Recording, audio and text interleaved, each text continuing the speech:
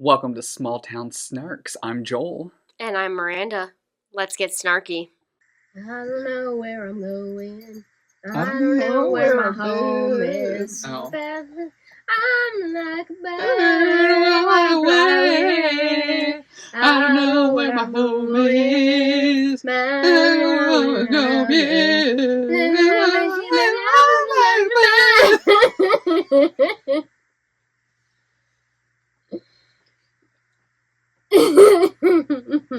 We're falling apart here on Small Town Snark. Yeah. Daryl, do I sound like I'm traveling right now? How does that sound? I don't know. He's yawning. We're tiring him. Sounds good to me. No, y'all aren't tiring me. He's literally working on a different project. He literally is doing two things at once. Yes. Yeah. And at each episode, he makes more and more noise. He does. You know what? He if you're ever looking for a free performance of Stomp, any one of these episodes. Just wait till he says, "Let's get room tone." Then he does a one-man show of Stomp over there. Yeah, uh-huh. Time out. You can't time out, Daryl. We're live. You counted us in, remember? So we're here. We wanted to take a special episode to not only talk about shenanigans, but the more important topic here is, starting in 2023, we made the leap. The leap. We leapt. We leapt. From our previous venue and officially became the touring company that you all know us as today. And I wanted to talk about that process a little bit. And I wanted to talk about some things that we've learned, some things that we're really passionate about now, some things that we hate, some things that we just have big feelings about. I have a lot of big feelings. I also have a lot of big feelings. Well, many of them are not even about this stuff. We might talk about some big feelings today. We're gonna see where it takes us. Yeah.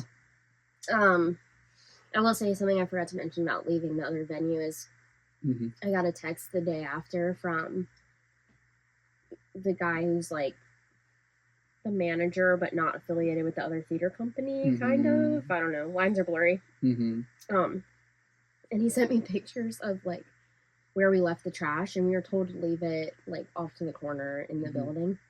And he was just like, "Are you guys gonna take your trash out?" And I'm like, we're not in the building anymore. Like we're told to leave it here, and we just cleared out all of our stuff. Like I don't think he even knew how much stuff. That, but also I don't think he knew that we were out. Like we weren't coming back. And just an interesting little tidbit. Like going through all of that and then getting a message about 4 trash bags. I was like, sir. Yeah. You don't know. You don't know. I know you don't know. You say that you're hurting. It just isn't so. You don't know. Da, da, da, da, That's how I felt. Yeah. That's how you felt. That's how you felt in that situation? Just like that character? Or just with the song? That's how I felt. I'm gonna leave it at that. Okay.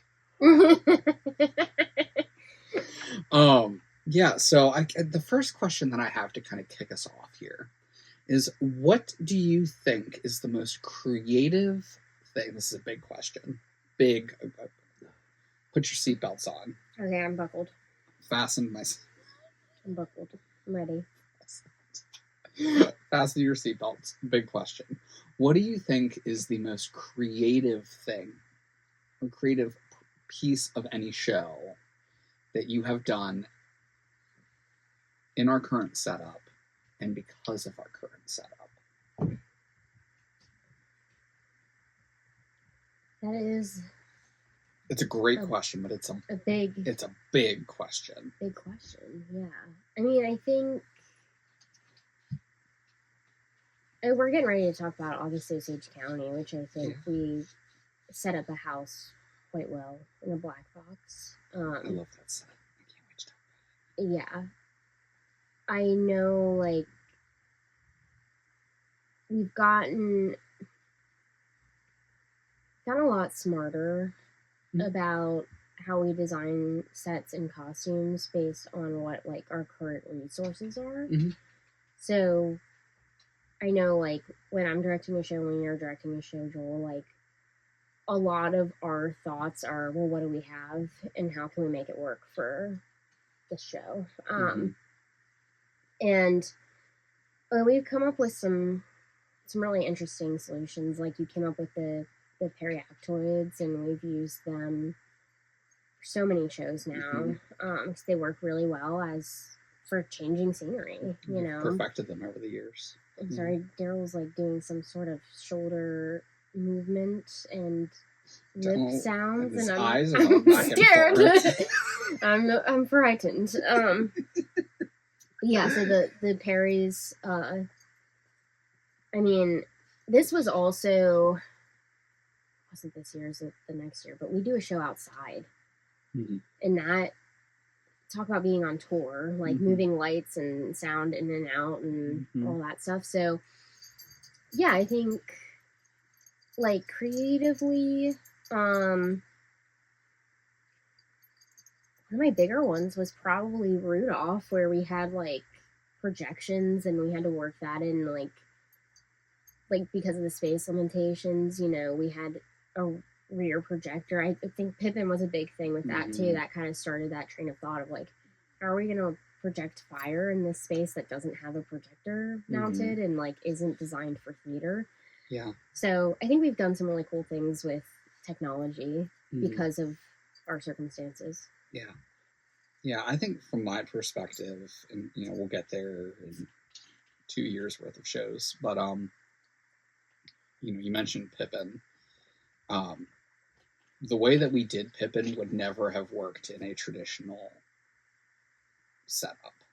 The uniqueness of doing that in the black box space, the fact that black box space had those like harsh overhead lights, you know, there was the placement of the door that led to outside that was used so intentionally in the final moments. The mirrors, oh my gosh, I'm getting ahead of myself, but if I could go back and do any show again, that in a heartbeat, that experience of doing that, I mean, a pin could have dropped in that theater in the last,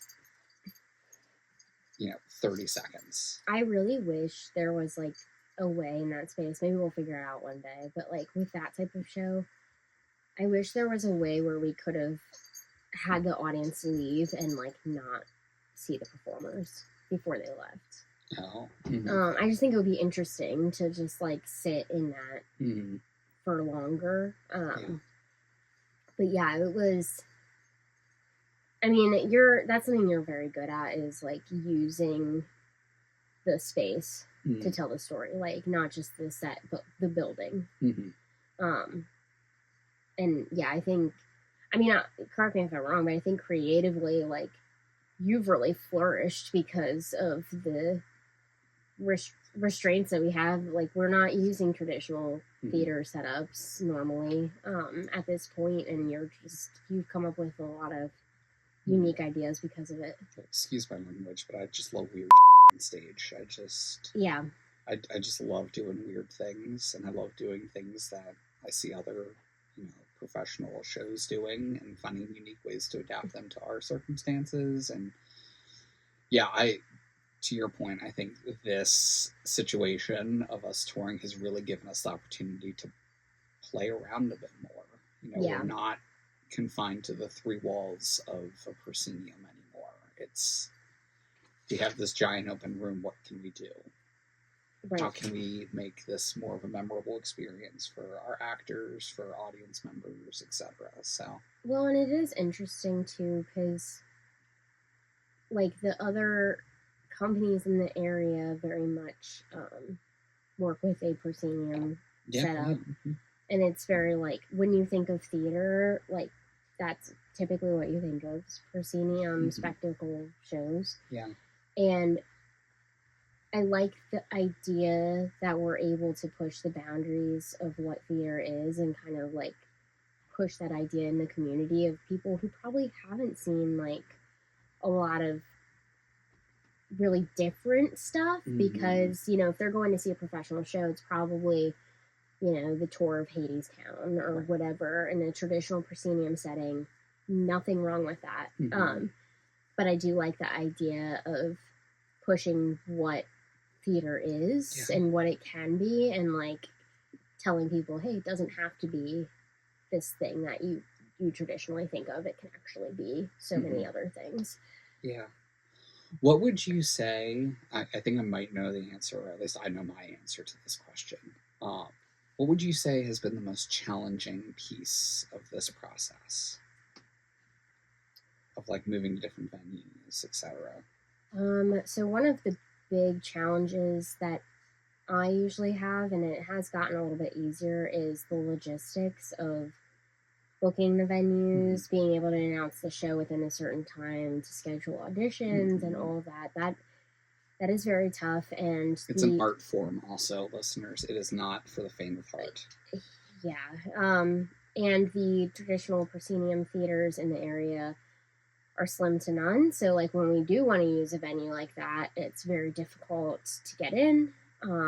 Difficult in advance to find the money for it because it's very expensive. There's just a lot there. In terms of like loading, unloading in different venues, I think there's a lot of challenges that go with it.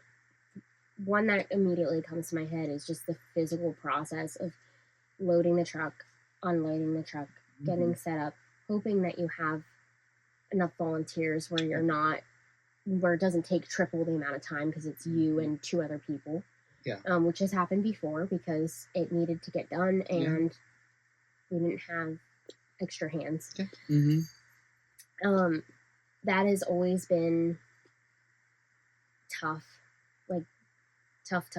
And with the black box that we use, everything has to be able to fit through a standard door. There is no loading door. There's no garage door. So a lot of times we'll have to move things in pieces and then assemble them once we're there. With our black box specifically, every time we use that space, we have to set up chairs. We used to have to move chairs in until I bought chairs. We had to set up chairs. We have to set up the soundboard. We have to set up the lights. We have to run cables. We have to tape cables. We have to put a mat down so our set doesn't hurt their dance floor. There is a lot. And that is an aspect of it that I'm always just like, okay, here we go again. If it was already done, we wouldn't have to spend the time. We wouldn't. Right, like if it was our space, we would have it set up exactly the way that we want it, and it would save so much time. But this is where we're at, while we're saving for a space. And so that's a big thing. The other big thing from a business perspective and a marketing perspective, it's harder to grow as a company when you are in multiple locations. People get confused. You have to make it as clear as possible, like where you are. It's so tough. It's so tough. Like we don't have a mailing address because all our stuff is stored at my house. We have a rehearsal space address that we typically use, and then we have a bunch of different venues that we use. So there's no one spot to send people to. And that has been an extra challenge. And I think it's extra impressive that we've been able to do what we've done. But it's not easy. Yeah. And honestly, I thought that was going to be one of the things that you said was what I was thinking in my mind as being one of those big issues was this idea that because we're at so many different venues from an audience perspective, it gets confusing. And it's sometimes hard to explain, like, oh, no, we're not this company, we're this company, and we're here, but we're not there.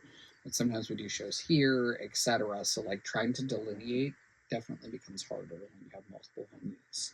Yeah, listeners, I want you to imagine, so if you've listened to all the episodes about the other venue that we were at, I want you to imagine being in our position, continuing to market ourselves at local farmers markets, and almost every weekend having someone come up to us at the farmers market and being like, oh, you're that company that did that show at that other theater. and we're like, nope, Yeah. that's so and so. We used to perform there. We don't anymore. Mm-hmm. Now this show is at this place, and this show is at this other place. And if you want to see that show, it's at this place. Like, it definitely adds in more of a logistical step to the business of delineating who we are, where we are, what our shows are. And actively trying to be kind. I think that's a big thing. Like, we were both frustrated with the situation. I think anyone would be. Like your furry friends up in the rafters. My gosh. Batman. Yeah. She loves it up there. But being frustrated, having people bring it up, and you could tell sometimes people would bring it up wanting the tea, because like they know, like if we used to perform there, we're not anymore. They know something went down. Yeah. Mm-hmm. And just having to be like just having to act like it's fine. Yeah. Because mm-hmm. I'm not going to trash talk them to like, I don't want to like, I'm not out here trying to actively hurt their business, right, you know, exactly. and like these people directly, like they're saying this company by name, they know who they are, they want more information about what happened, and I'm just like, yeah, we just went our separate ways, you know, and yeah, if you want to see Annie, you can go see it over with them, but we're also doing X, Y, and Z. And well, and at our core, and I mean, this has always been our mindset, at our core, we are theater people, and we love to see theater. Right. Any opportunity that we have to not only see theater, but for more theater to be presented in a community is a win. I mean, I will always tell people if that ever happens, and you know, it does happen quite frequently. It's that's actually so and so, and you know, they do a great work, and you know, but also come see what we're working on. The only time I will really be honest about everything, and like there are things that happen that we're not comfortable saying on this podcast because we don't want to actively hurt another company. And I will say, like if we've been working with someone and they come to me and they're like, hey, you know, I'm considering reaching out to this person. I know you used to use the same space as them. Like, do you have any information about what they're like? I will be honest. 100%. I will not exaggerate. I will be honest. And what they do with that information is up to them. And that happens sometimes. But if it's just casual, like we have an example, one of the kids that does our intensives, her parents do shows with this other company, and I would ask them about, hey, how's that show going? And they'd be like, oh, it's going so well. I'm like, that's awesome. Like, I'm so excited for you. Yeah, absolutely. Now, I don't go and see those shows because for me, money talks, and like, because of my experience, I'm not willing to put my money towards that. Yeah. But is completely your choice. Yeah. Right. And that's where I stand. And like some people feel differently about it. They're like, well, I'm still going to go see it because I'm supporting so-and-so. Yep. I think that's awesome. If they would ask me like, hey, I thought you would go see it and like you didn't, what's going on? I would say like, I'm not comfortable going into that space at this time. Yeah. But like, we're always hyping people up. Like, hey, that's amazing. Like, yeah, go audition. Let me know how it goes. Like, let me know how your show is going. I want to hear what you're doing. You know, all that stuff. And we're not trying to cloud their experience at all. Right. Again, it's more of this conversation of allowing people to do theater, encouraging people to do more theater, gain more experience, do what you need to do. You know, sharing our experiences with it, but still advocating and supporting others. Yeah. Through those opportunities. I did want to ask, as far as, so we talked about, you know, what those logistics looked like or what the biggest concerns were. What has been the hardest show to present in this traveling format?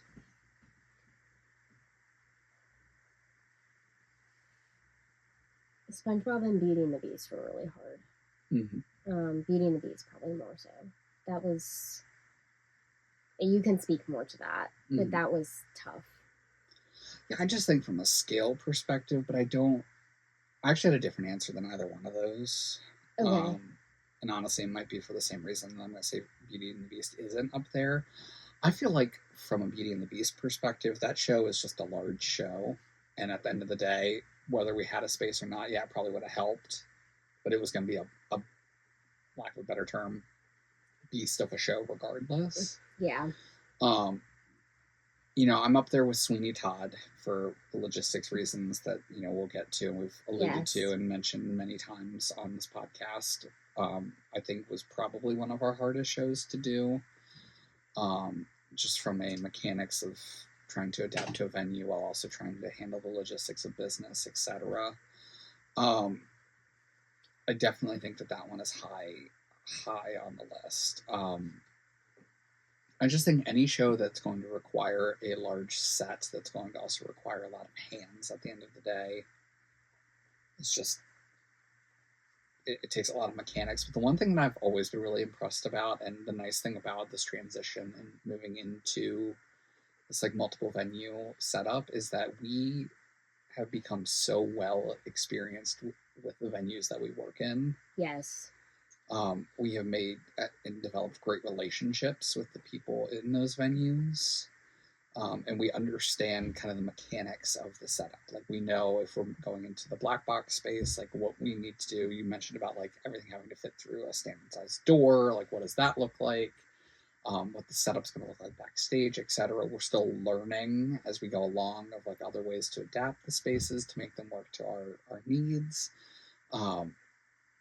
And if it's one of the proscenium theaters we work in, we know what the load-in setup looks like. We know what the timing expectations look like. We know, like, we have that understanding. So it's like every time that we go in, we're always improving on that process.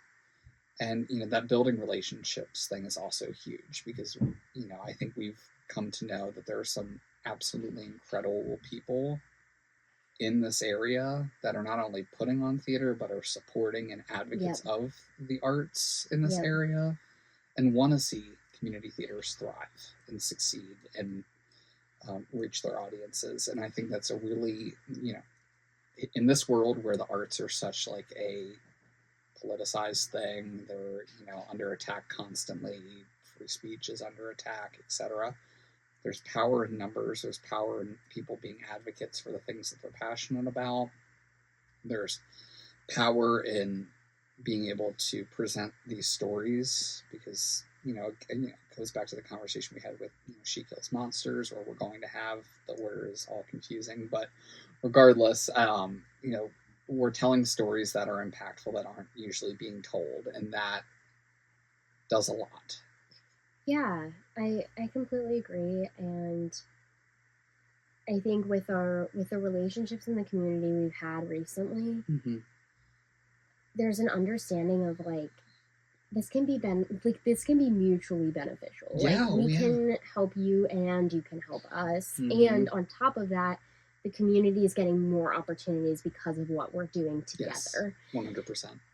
And there are some people that get that, and there are some people that don't, and we are very fortunate that in our circle right now, it's mainly people who get it. Yeah. And, like, I know, like, we've brought more traffic into the black box, and I also know that, like, they've brought more participants to our theater programs. Yeah. Like, it's really great. And the church, too,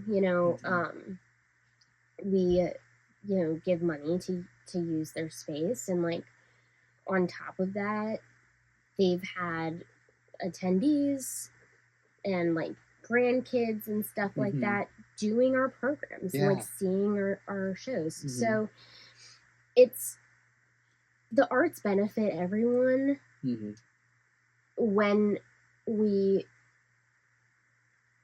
put aside the competitive nature of it. For sure. And like, look, that's never gonna fully go away. Like, I know you have this as well. Like, when that other company that irritated me, like when they get reviewed, I'm reading it, and I'm like, oh, okay, like they didn't like so and so. Like, and if you know, if a reviewer is kind of harsh on them, there's a little bit of joy in that for me. But also, like, reminding myself of that's human nature. Yep. And, like, I understand why I feel that way because of what my experience was. And, like, it's natural to feel that way. But reminding myself that's not what this is about. 100%. So, like, yeah, sometimes I feed into that. And, like, everyone does.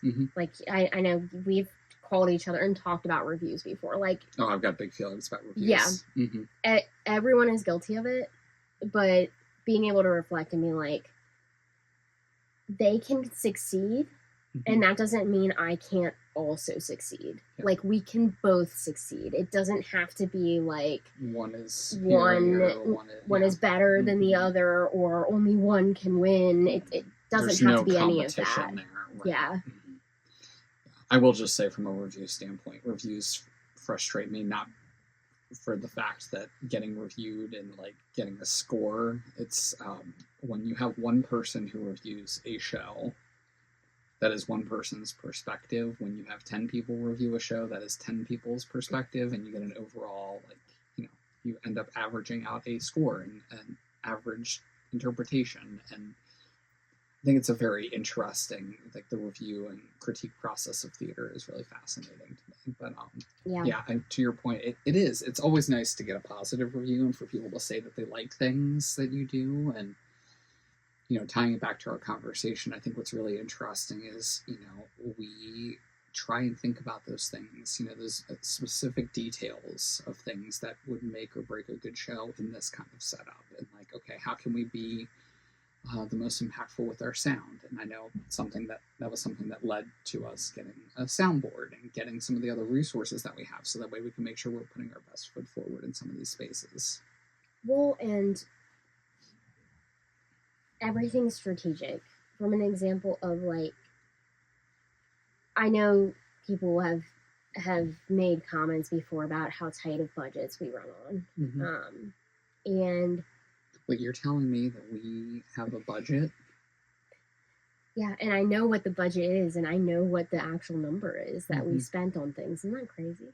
I know. Math is just impressive. Yeah. It's a science.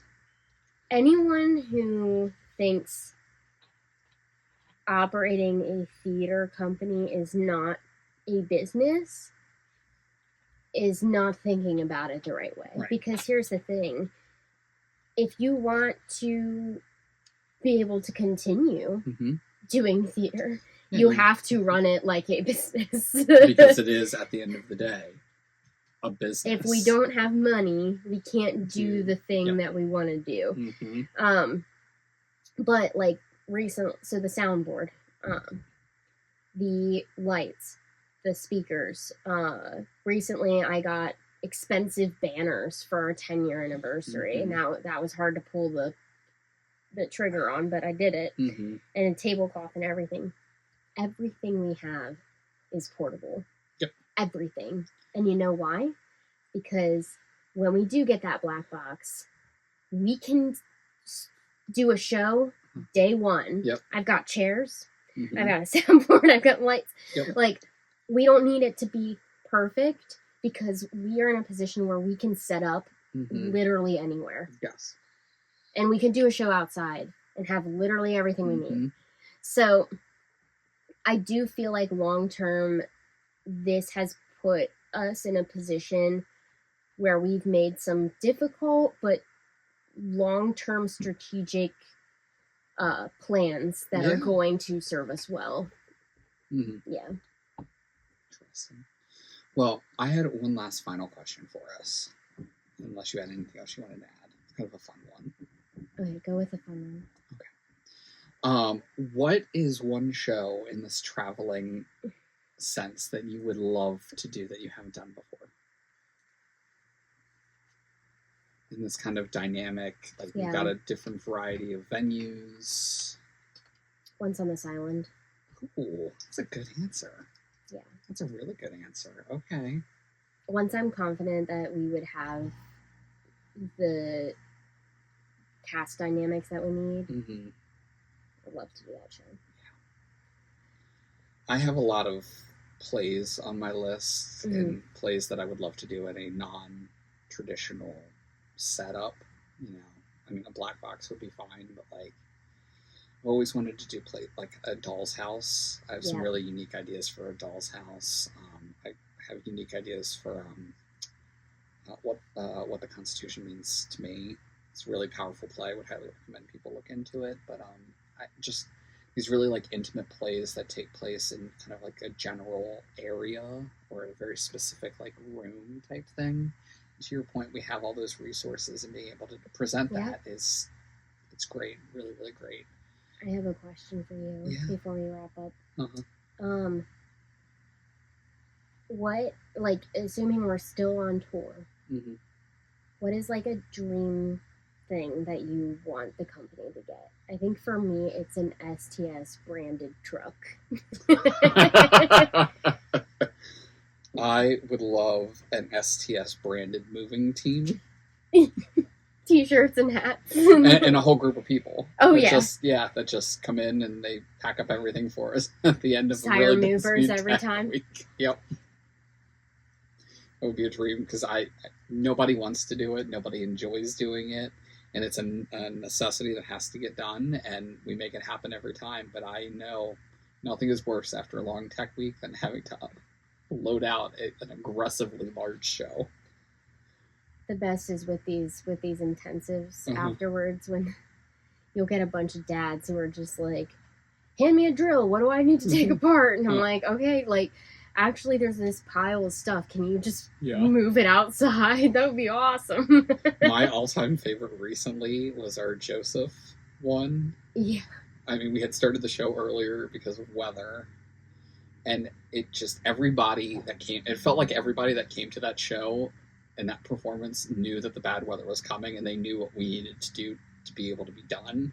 And I saw people in there with brooms. People were ripping up they locked in, and I appreciate that. I mean, we had the entire cast, but we also had parents. We had audience members that had no association with the show. Just like, oh, we're taking the cushions off? Okay, great. Cool. And it was such, like, it's the community in community theater. It just, they were like, okay, great. We're locking in, and we're going to do it. And we're going to make it happen. And we did. And it was great. But, and then the cast hung out and got pizza. And I was like, guys, go home. Like,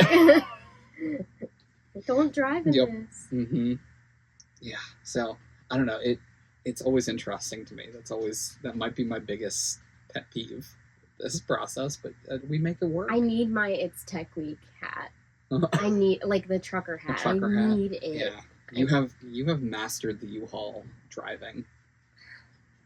It's not necessarily something I wanted to do, but I just really love the fact that because you started doing it and then you knew that you couldn't do it for every show, you ended up pushing me out of my comfort zone to start driving them, and now I don't have an issue driving them. Eventually, I'll get Savannah on there. Yeah, I mean, they're intimidating at first, but if you haven't done it before, I mean, I drove my first U-Haul when I was 18, so it's not scary to me anymore. It was in the snow. Driving it back after Joseph was a little scary, but. Just another day at work. Yep. Well, listeners, that's our sordid tale about becoming a traveling circus over here at STS. Yeah. Let us know what your favorite part of being a traveling circus is. Yes, what show has changed your life since we've been on our tour. Yeah, moving that lumber in I just had an epiphany about the meaning of life when I was doing that. And the meaning of life was to not move lumber ever again. Yeah, I mean, I don't do minimalist shows for that reason, but God, is it a benefit? No set, because I don't want to move it. Like, for this show, I just need a single folding chair. That is it. Well.